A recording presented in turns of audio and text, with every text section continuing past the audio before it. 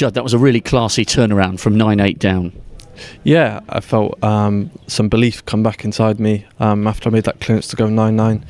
And hopefully that's sort of a big turning point in this whole competition for me. I sort of felt like I was struggling to perform before that, and now I've sort of found a little bit now.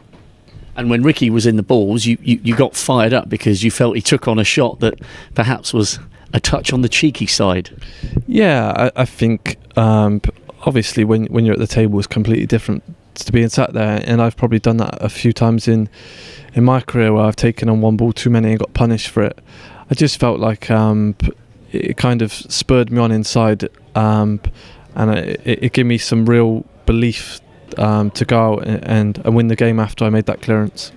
You showed some real determination in that match, not just from 9-8, but you came, you drew level from 3-1 down, you were 6-4 down, and then had back-to-back centuries to go 6-all. You really had to dig in there, so you showed some character as well as the kind of the long potting reputation you've got. You were forced to dig in there, and when he asked the questions, you had the answers.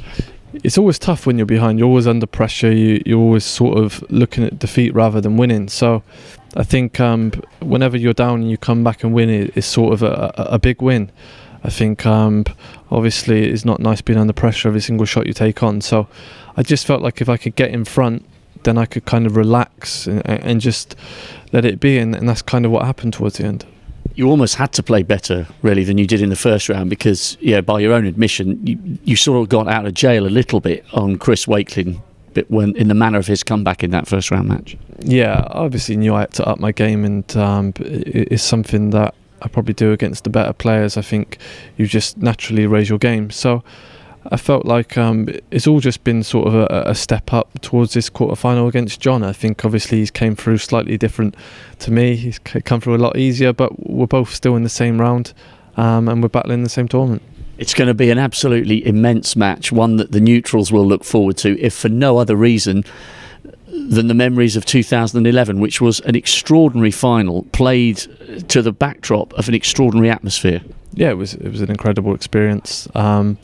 But obviously, I don't want to let the same result happen again. I think obviously John's probably in the top 2 or 3 best players of all time, so it's going to be no easy feat to beat him here at the World Championship.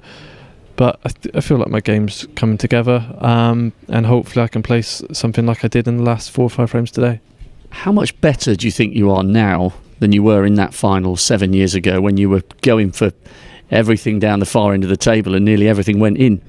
It's hard to say really, because obviously my all-round game's better, but I think the fearlessness I had then, I could play with absolutely zero pressure.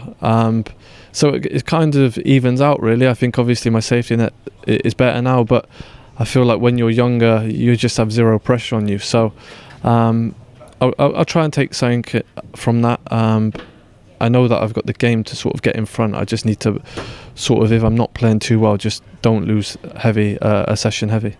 And I guess there's an added motivation that, yes, you've won 8 ranking titles, but in recent years, notwithstanding your great win at the UK in York over Mark Allen, in recent years you haven't necessarily produced your best in the British BBC-based events. A lot of your success has come overseas, so it'd be nice to have another really, really deep run in front of the home fans with a big domestic TV audience. Yeah, it would be nice, I think, but it's just important for me to treat every tournament the same. Obviously, if I start building up the World Championship, I'm going to lose because I put too much pressure on myself. So I feel like at this moment in time, even though I haven't played great, I felt like I've gone out, not put too much pressure on myself and tried to enjoy it. But I think obviously it's still a long way away. You're only in the quarterfinals. Well, that is a match we cannot wait to watch. Well done today. Thank you very much. Betfred, proud sponsor of the World Snooker Championship.